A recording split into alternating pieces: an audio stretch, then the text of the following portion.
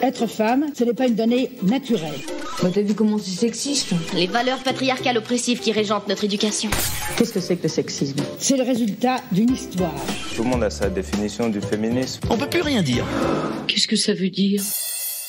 Salut, c'est Bettina Zorli. Je suis autrice spécialisée en études de genre et je tiens aussi le compte Instagram Je ne veux pas d'enfants. Aujourd'hui, Marine Pétroline m'a laissé le micro des Chroniques du sexisme ordinaire, le podcast qui débusque le sexisme dans les moindres recoins. Et aujourd'hui, on va se demander ce que c'est que l'instinct maternel et surtout se demander si ça existe vraiment.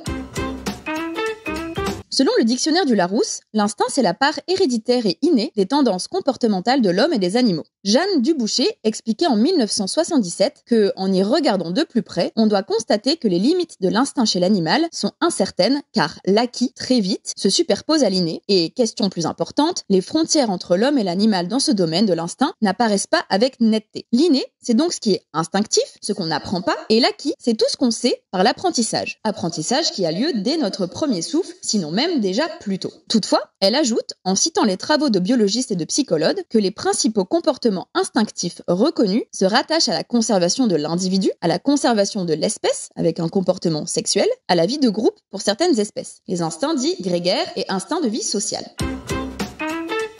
On pourrait penser et confirmer que l'instinct maternel existe, puisque procréer et s'occuper de sa progéniture fait partie des éléments indispensables à la survie de l'espèce. Seulement, quand on parle d'instinct maternel, on parle d'un sentiment qui serait propre à une seule partie des êtres humains, à savoir les personnes qui ont un utérus. Or, quand on parle de comportement sexuel, il n'y a pas de genre mis en avant, et jusqu'à preuve du contraire, il faut toujours bel et bien deux gamètes, à savoir un spermatozoïde et un ovule, pour qu'il y ait fécondation. Qu'en est-il donc de cet instinct de reproduction, et pourquoi ne parle-t-on pas d'instinct paternel alors ?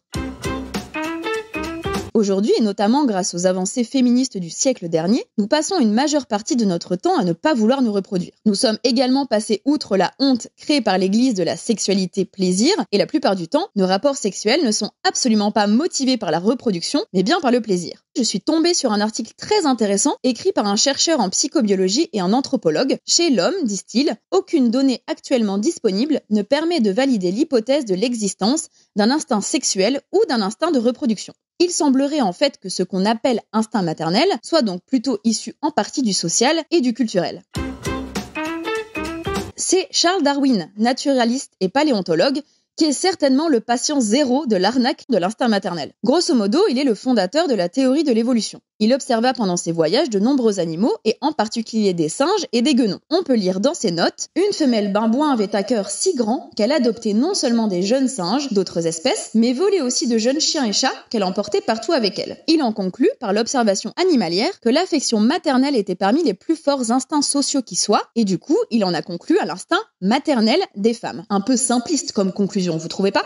Heureusement, depuis, on en est un peu revenu de ces théories de Charles Darwin et de ses potes sexistes qui voulaient nous faire croire que seul un destin possible pour la femme était celui d'enfanter. Est-ce que vous connaissez d'ailleurs Sarah Blaffer Hardy ? Elle n'est pas très connue et c'est fort dommage. En 2000, elle publie un ouvrage qui s'appelle « Les instincts maternels » pour démanteler la thèse de Darwin et réfuter l'idée d'un comportement universel des humains et des humaines, au contraire des animaux. Pour Ingrid Baillot, qui est sage-femme, formatrice et autrice sur le sujet, la notion même d'instinct maternel doit cesser, car c'est une notion instrumentalisée et porteuse d'illusions, dangereuse même pour les femmes qui deviennent mères et ne ressentent rien de particulier, donc pas cet instinct maternel. Je vous recommande aussi la série documentaire Babies qui est disponible sur Netflix, dans laquelle on découvre que l'attachement parent-enfant n'a rien de biologique, mais qu'il dépend surtout de l'implication des parents envers la progéniture dès la naissance. On suit par exemple un couple homosexuel dont les taux d'ocytocine augmentent alors même qu'ils n'ont pas mis au monde leur propre enfant. En fait, plus on interagit avec un bébé, plus l'ocytocine est propice de se développer. La gestation n'est donc en rien un gage d'attachement inné à l'enfant, l'amour et le lien se développent avec le temps, car ils se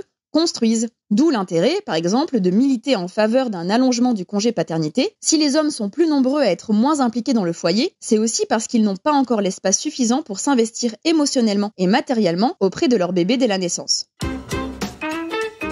Pour résumer, il y a un besoin de proximité humaine pour la survie des nourrissons, ça c'est évident. Il y a peut-être des facilitateurs biologiques, notamment hormonaux, mais qui sont aussi culturels et qui évoluent en fonction des pratiques, des lieux et des périodes. En revanche, il n'y a pas d'impératif biologique qui forcerait l'envie de procréation chez toutes les personnes dotées d'un utérus, ni de faculté à aimer immédiatement son enfant dès la grossesse ou l'accouchement, et encore moins de prédisposition naturelle à s'occuper d'un enfant. Non, parce qu'on voit les hommes qui pensent encore se défaire de leurs responsabilités à l'arrivée de leur enfant en pensant se cacher cachée derrière le mythe de l'instinct maternel.